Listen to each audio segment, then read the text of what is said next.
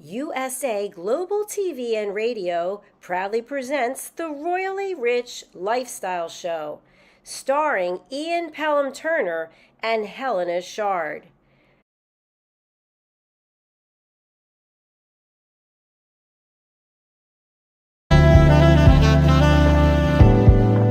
Welcome to USA Global TV and Radio, where our mission is to provide education, entertainment, hope, and inspiration. USA Global TV and Radio connects you with experts and audiences all around the world every single day to help you succeed in business and to live a richer life. Visit us at usaglobaltv.com to learn about career and life-changing training and mentoring programs like the Listening Mentor. Subscribe to our newsletter to stay informed about our special programs and offers. Discover how you can become a guest on one of our shows or a host or producer of a USA Global TV and Radio show of your very own. That's USA Global TV and Radio, where the doctor is always in.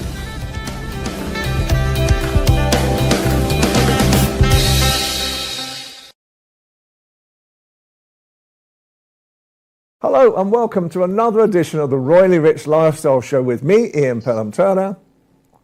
And me, Helena Chard. Well, it's a fan-packed show today. It's full of news, it's full of festivities. We're talking about turkeys, we're talking about food, we're talking about everything that's happening in the year and next year as well. So let's roll the titles and let's get on with this most exciting show.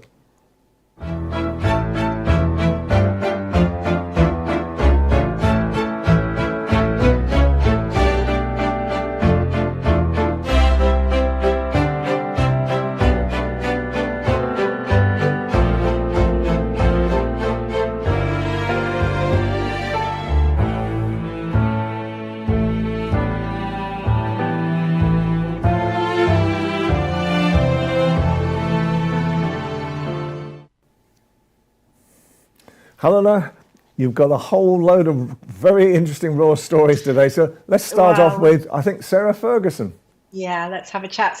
So Sarah Ferguson, the fun-loving Sarah Ferguson, has come to the rescue, which is really great news. Apparently, she's great friends with King Charles. They've known each other all their life. Lovely to know that her religion is love and kindness. I think that's what it is. She said she'd marry Prince Andrew all over again. He's the best, greatest man and has a great heart, and she loves him dearly.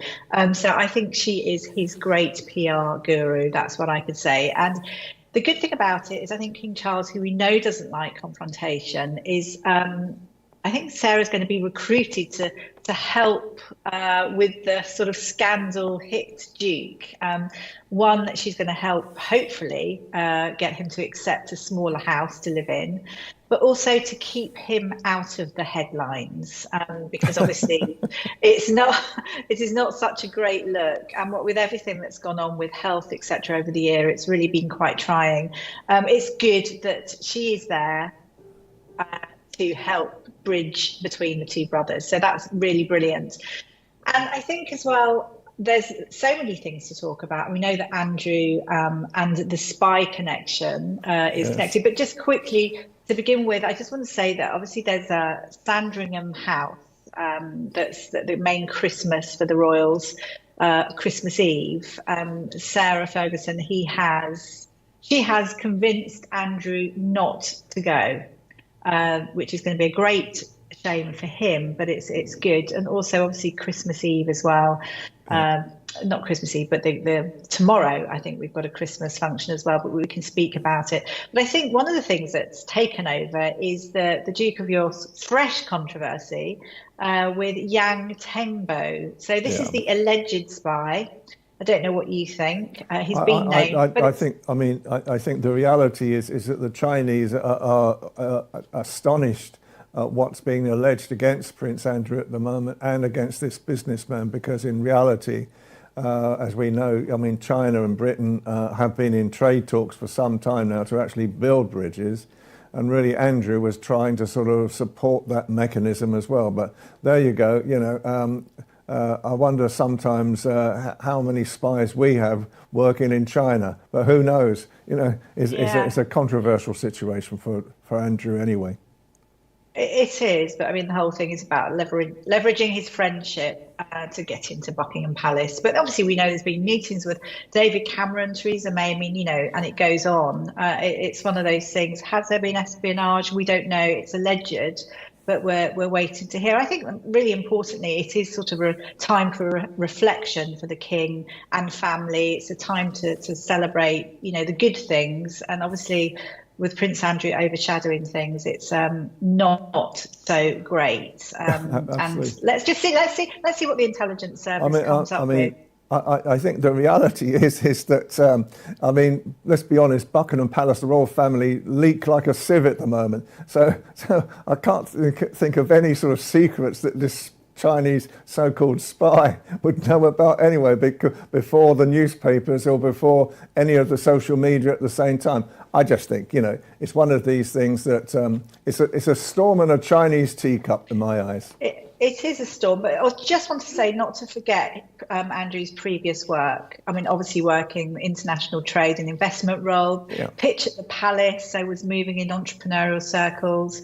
And obviously one of his roles was to create this close relationship with China. So let's see what happens. I mean, I think it's not fair really that he's in this desperate situation. So hopefully not seeing him at various events will help things. As you say, storm in a teacup.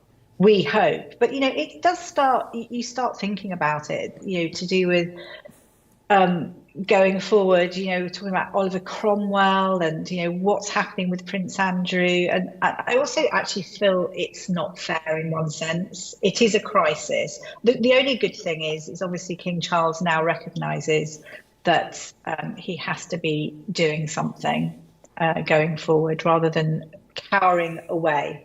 But anyway, moving on to, you know, fun and various bits and pieces. We have the Christmas things that are taking place, which is really lovely. So what goes on behind closed doors? I think I'm going to start with Christmas lunch to begin with, which is tomorrow. Used to be at Buckingham. No, it was in Windsor, I think, the last few years, but is in fact at Buckingham Palace. We can expect to see, you know, roughly 7 tables full with lots of extended family. And I believe the children have a separate table of their own in a different room. So that's great fun. I bet they love that, actually. It makes them feel really grown up. I wonder what room it's in. Is it the dining room? Anyway, but that's really good. Obviously, Prince Andrew's not going to be there. Or will they smuggle him through the back door? Who knows? Goodness me.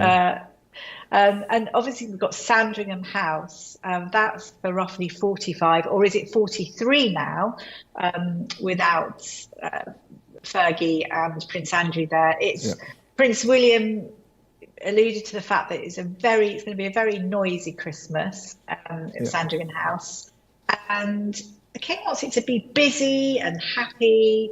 You know, it's been a turbulent year, lots of fun. So really happy to have probably the biggest amount of family with him, and I think that the king and queen will be obviously hosting. You've got the Tyndalls, Peter Phillips, and I think Tom Parker Bowles for the first time. So that's really, I think that's nice. It's nice. He'll be judging the food anyway.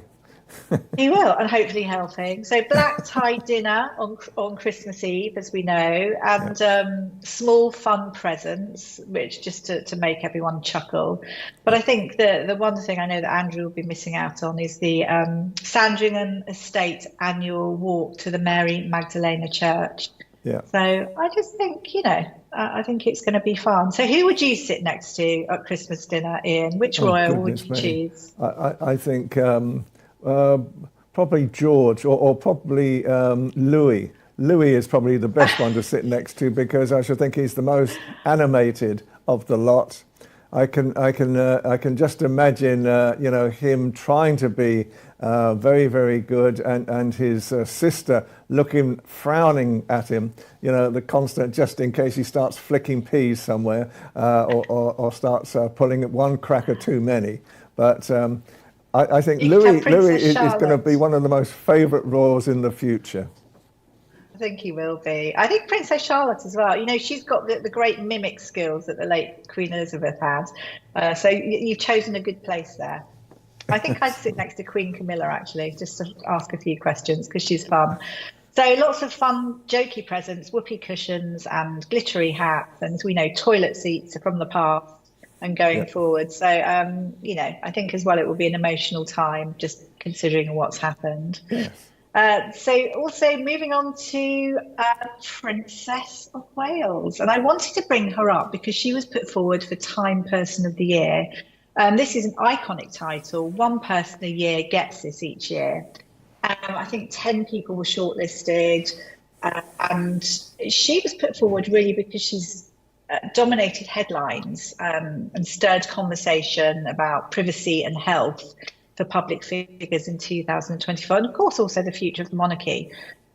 She was under consideration in 2011, but she didn't win it, but still it's a prestigious place. Obviously Donald Trump won, as you can imagine. He dominated headlines. But interesting thing, 2 royals have been given this title in the past.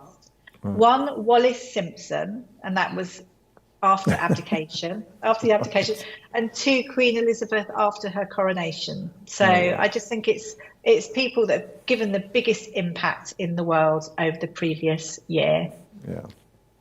And just quickly, do we have time for the Trafalgar Square tree? We've spoken about this before, Ian, but I just always think it's a good one to talk about. We've got a lovely tree up now in Trafalgar Square, although it's still not looking as puffy as we'd like to. Tradition, this began on a drunken night out organised by the creator of James Bond, Ian Fleming, part of the naval intelligence in Norwegian. So it's a gifted tree each year from Norway.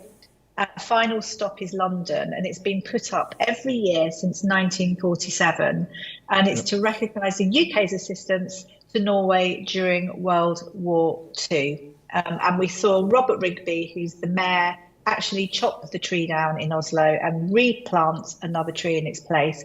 And I think it's something like 57 years old or something like that. But it's great to think that 1947, we see this tree arrive in Trafalgar Square. It's always good to have a nice bit of history at this twinkly time. Absolutely. Okay, well, thank you for that. And as always, great royal news. We're just going to take a short break, and then we're going on to the business section of our news. Stay tuned.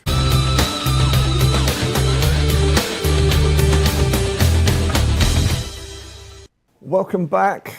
And now we're going on to the news section of our show, and Helena will no doubt sort of give us some comments as well on this.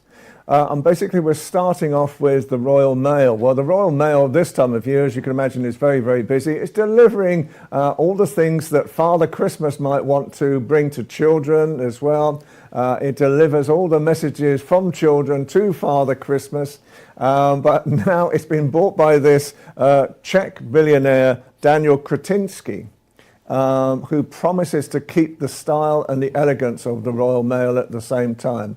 But people are sometimes worried about what does it actually mean. But, you know, we will see from it at the moment what it actually means. And obviously as well with Royal Mail, you know, this time of year, we wish postmen a happy new year and a very Merry Christmas as well, because it's the busiest time. What do you think, Helena? Well, I think the main thing is it's been, I think David Ward, I think his name is, the General Secretary from the Union, he was saying it's the best opportunity to save the future of the Royal Mail. So it's something that's needed. It's been under review for a while. And if it's going to give it a fighting chance, then I guess we have to go with it. I mean, I always think it's a shame with these takeovers, but needs must at this time. And now another one very close to my heart, apart from Father Christmas letters, is turkeys and sprouts. They're going down in price. Yes, we're going to have an inflation-free Christmas this year as far as food is concerned, because turkeys and sprouts are going down about 12% in cost from last year. What do you think? Well, okay, so we're going to have a cheaper Christmas dinner. I think apparently turkeys are down by, is it 6%? So, when we're racing around supermarkets, we can get a better deal. But I think people are after smaller turkeys this year. So whether that means everyone's pulling in their belts, I don't know. But we all like to hear that we can get things for cheaper. So that's going to be great for a lot of families. Absolutely right. And another interesting story this week is that it's been announced that the UK does not have enough construction workers, I should say, to build the 1.4 or 1.5 million homes the government has promised. And the Home Builders Federation is now saying that there is a major skills shortage for builders. Now, come on, Albanians. You helped to build Britain, I think, a few years ago, and I think we need you back again, and builders from right across Eastern Europe as well, because you were the main people that really kept the building industry going before recession times or before COVID times as well. So let's try and get some more building done. What do you think? We need more buildings, don't we, Helena? We do. So the target is something like 300,000 new homes a year. And if Keir Starmer's going to keep to his pledge, then yeah, we definitely need people. And how about training people up here? There's lots of people that could quickly start learning now. I mean, we're talking about quite a few different trades that are needed, because I don't think it's obviously bricklayers and plumbers and plasterers and roofers and engineers. I mean, there's so many different people. So yeah, we need to get these people working. Definitely. I'd like to do it. Hey, why don't we try? Well, you can carry on. My days of sort of climbing up scaffolding and wearing hard hats are long gone, thank goodness. But I would admire your spirit if I can see you doing it. You'd be a good styler. The thought, I can't imagine you in a hard hat. But anyway, there you go. It's a thought for Christmas. It's a thought for the New Year. But one of the most interesting stories I heard about this week is this lady, Parashiva Samaku, she was a very renowned Albanian singer. And she's been in really media attention again this week in New York. And the reason was that she was a very celebrated singer as well, but she moved to New York and then really disappeared. And for about 20 years, I mean, she was really one of the top singers from Albania, very, very well respected, then suddenly disappeared. And then a couple of weeks ago, a news unit was filming some of the street people living on the streets of New York, and they came across this lady, and then they suddenly discovered this was Parashiva Samaku. Now, this spread around like wildfire in New York. New York has between 60,000 and 80,000 Albanians. And word got around very, very quickly that one of their biggest treasures as regarding singing was now in a very bad situation. And so then in response, a philanthropist, an Albanian philanthropist, Elton Irajan, then really took up the cudgels and he said, come on, we need to support this lady once more. And so the first thing that he did was he's taken her over the Christmas period to one of the top hotels in New York. How about that? So 1 minute you're on the streets and then the next minute you're in this wonderful suite again, highlighting, what Albanians thought. And now they're trying to raise funds. They're crowdfunding, for funds so that this lady can actually have a home again. And actually, they would love to see her singing again as well. And basically, she was saying that she can't remember her Albanian language too much. She'd been in America for such a long time. But then she started singing some of her favorite songs in Albanian, and it all came back to her. So what a wonderful Christmas story. What do you think, Helena? Oh, that's it. It's incredibly heartwarming. And, it just goes to show the power of community cannot be underestimated. And actually how amazing these GoFundMe campaigns are. I mean, I applaud. I think it's absolutely fabulous. And obviously, it's great for fellow Albanians to unite and support this great woman at this time. And it actually reminds me of the Princess of Wales carol concert Together at Christmas, which has got, it's about love and community and togetherness. And it's a similar feel. That's obviously going to be shown on Christmas Eve. I look forward to seeing that. But how fabulous. And we can all celebrate Samaku's artistic legacy as well, which apparently she's absolutely fabulous. So Absolutely. Good, lovely story. And it just goes to show, as I know, because obviously visiting Albania as well, the wonderful togetherness of families and the kindness that people, the Albanian community in New York, have shown this lady as well. And it'll be interesting to see whether she comes back to singing again next year. So that's something that we can look forward to in 2025 and talk about. Finally,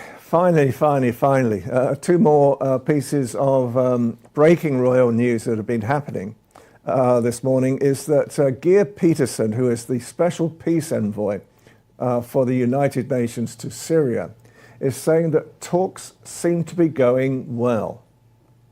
And it could be that he can foresee, given the right circumstances at the moment, that the peace deal could be situated up, a new government could be created, and a more peaceful time in Syria could be created for the future. So it's a wonderful timing around Christmas that this has actually happened. It's only happened 10 or 11 days ago when the previous government was overturned. And so it's very small amount of time, but I think the future of Syria again, I think the whole of the Middle East wants to have help right now. And what a terrific time, what a great story for Christmas as well, that we're hearing about that. And finally, the final piece of news is that this morning, unfortunately, or fortunately, as the case may be, inflation has gone up in Britain yet again from 2.3% to 2.6%. And tomorrow, the Bank of England normally makes their monthly forecast on whether the interest rates will come down.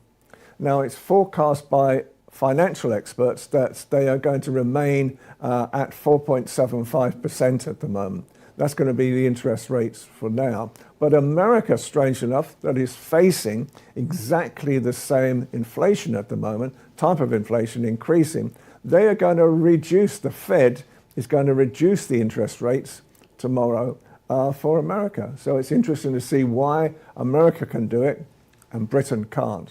But the biggest plus on the New Year story that we can really give to everybody is that according to financial experts, interest rates will come down 3 times, not once, but 3 times next year. So we can all have more money in our pockets. What better New Year than we can expect that? What do you say, Helena?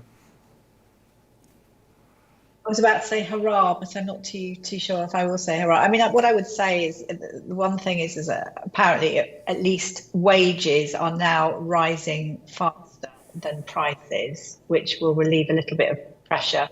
But I don't know. We've still got inflation, which I think possibly may go up to 2.75. So let's before falling. So we just need to wait and see. And Absolutely. Really think things through and pull our belts in. Yeah. Well, not just now, because it's Christmas cheer time. So we're going to take another break, and then we're going to bring on our great friend Philip Sykes from the British School of Excellence, and he's going to talk about how to have a great new year. Stay tuned.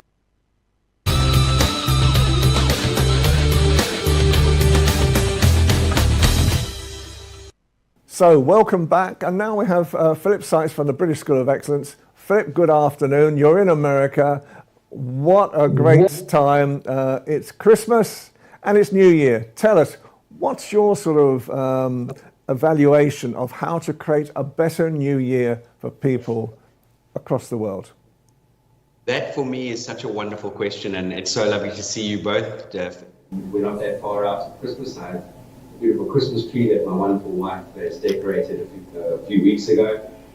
For me, I think going into 2025, not just going into 2025, I think generally for when we sit as an organization, there's so much research out there, and not long ago there was some research released by the World Economic Forum, and it suggested 10 areas that we need to focus on as people, as human beings. And they said, for the future, this has always been the case. We've never not needed these tools or skill sets. And funny enough, one of the areas that really is fundamental about these 10 points is that it talks about things that really we ought to really focus on. And only of those 10 points, funny enough, only one of them talks about digital. Now that starts to make us sort of really think about, oh my word, how in the world can, out of those 10 points, the world of such a fast-paced world, be so focused on those 10 points and only one of them being digital. And the other ones that go along this line, I'd love to sort of share them with you, and they really are about understanding what we as human beings need to incorporate in order to go forward. And of those skill sets, you know, surprise, surprise, one of them was building your emotional intelligence, your incredible creativity, have a creative, open mindset. Your human workers in the future will need to continue to be really, really creative, because with all due respect, as far as AI goes, there's going to be a cap on that. People really need to understand how to be really analytical and have used their critical thinking skills. Again, the learning with a growth mindset. I think we as human beings, we tend to get complacent, and we sort of tend to get onto a level without sort of looking beyond that, and we sort of take a back seat. And again, I think here in this world now, more so than ever before, we need to be good at judgment. As in, when I say judgment, as in people, but making good judgments and decision making, we need those interpersonal connection skills, and we very much need leadership skills. And the one that really stands out for me is diversity and cultural intelligence, along with embracing change. Wow. Thank you, Philip. I'm just thinking of, if you've got a business, you're toodling along, investing in your team, is that something really that's good to do? Is that sort of like a number one thing for growth? Oh, hugely, Helena. You know, the old adage, people see you before they hear you. And so from whether it be personal presentation to really investing in building your team, because there's always that wonderful quote or adage, what happens if I train them and coach them and invest in them and they leave? Well, what about if you don't invest in your team and they stay? And for me, that is one of the most crucial aspects. And this is a scary thing, because what a lot of companies tend to do is when they hit hard times, they cut education. They think we can't invest. That's where they should be really investing and cutting other costs. And Philip, do you have some personal New Year's resolutions that you can share with us? Yeah, I do actually. I really want, as an organization, for us to sort of get a little bit more laser focused. I feel that over the last couple of years, we've been torn in different directions, only because we love helping and working with people globally. And a big realization this year for me has been that we can't be everything to all people. We need to be a little bit more laser focused, a little bit more, what's the word I'm looking for, a little bit more specialist in certain areas. We're very good at what we do. We're brilliant at what we do. And don't take my word for it. People share that through their testimonials. But from a business standpoint, I really feel now that I'm sort of spending time between the US and England, that as an organization, we're going to start to draw up a game, or we've already drawn up a game plan for 2025, and that is reducing areas that we're not going to focus on as much as increasing the focus into pretty much what you just asked me questions about, is people development in professional development and building business excellence and business etiquette. Amazing. Not spreading yourself too thin in every area, I think. Absolutely, Helena. And we found that, one wants to do everything, and you can't, with all due respect. I read a quote the other day that, you go to a restaurant, you go to a top restaurant, and the chefs are specialists in 10 different cuisines. I don't think that's really going to gel. If a chef's brilliant at, let's say, Asian food, and you know that that's their speciality, and you go to that restaurant specifically for that, you're going to get great Asian food. You're not going to get a sort of, as the French say, a morty or Italian 50-50. But I guess in a way, if you were looking at different businesses, it's about sort of reviewing your business plan, really, isn't it? Very much so. Still change, and it's good to revisit it. Yeah, I get that. Thank you. That's sorry, I think also you've got to think to the future. If you're thinking of a change right this moment, you're too late. You've got to be thinking in advance. I don't know how much time we've got, but my wife and I, and as you both know, Kerry has recently, or is in the throes of launching an incredible brand called Baye, B-A-Y-E. Baye, which is an organization focusing right now on amazing women's swimwear and beach resort wear. And we met with a gentleman who sold his business for excessive amount of money a while ago, and at that stage he was one of the top producers and manufacturers of a very well-known swimwear brand. And he said it's interesting to see how from the catalogs to back in that day it was all about catalogs and email interaction, and now how the digital world has taken marketing and development to the next level. But don't forget that the old school methods still work, that interconnected personal development really, really works. And you've also got to go where people are looking for things that they need and desire, rather than you thinking it's a good thing to deliver and no one buys your product. Very wise words. And finally, Philip, how can people get in contact with you? The best way is through hello, Hello, at thebritishschoolofexcellence.com.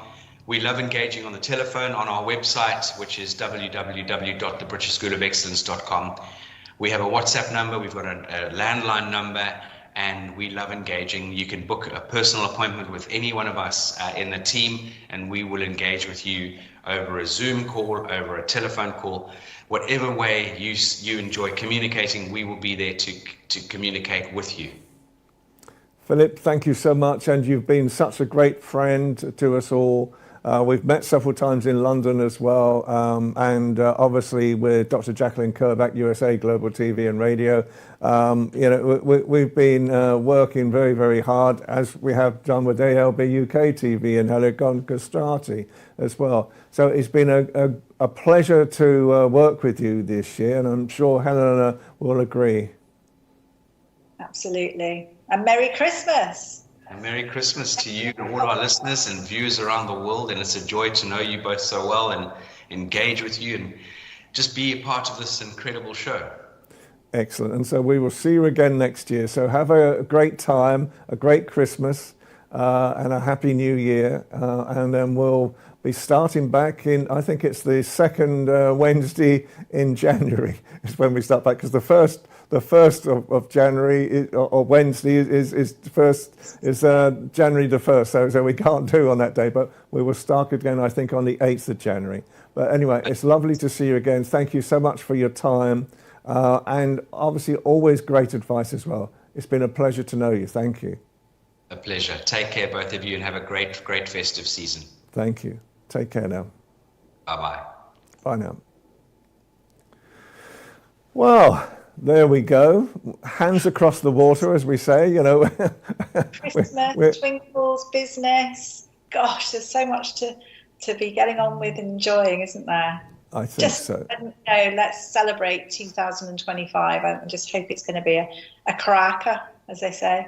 Absolutely. It's going to be, because, it's going to be a great time. So can I just take this opportunity again to, first of all, thank Helena Castrati from ALB UK TV, and Lissy, our studio manager, who has managed to keep us sane over the course of the year.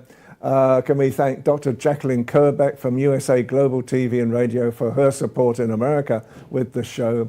And can we also thank, of course, Philip Sykes from the British School of Excellence, who has been wonderful in working with us all year and giving us such great advice on the shows and made the show very, very popular. So have you got final thoughts, Helena? I mean, again, I'm going to go back to the carol concert, you know, just to remember everybody and to enjoy family and love, empathy. It's a time to reflect, I think, as well, and also think about 2025 with strength. And also, everyone, do tune into the King's speech, which I think is going to be an emotional speech, but a powerful speech. And that's obviously on Christmas Day at, I think it's something like 3:00, isn't it? So I'm looking forward to that. And obviously looking forward to the carol concert as well on Christmas Eve. That's going to be good fun. Absolutely. So everyone, we will be back on, I think it's Wednesday, January the 8th, if I've got my calendar correct at the moment. Obviously, it's a Christmas break now for us, but we'll be back on Wednesday, 8th of January, and we look at creating even more excitement, even more news, even more diversity in content and comment next year. So for me, Ian Pelham-Turner. And from me, Helena Chard, wishing everyone a Christmas. Absolutely. Have a wonderful Christmas, everyone, and a very prosperous and happy and peaceful New Year. Take care. Bye for now.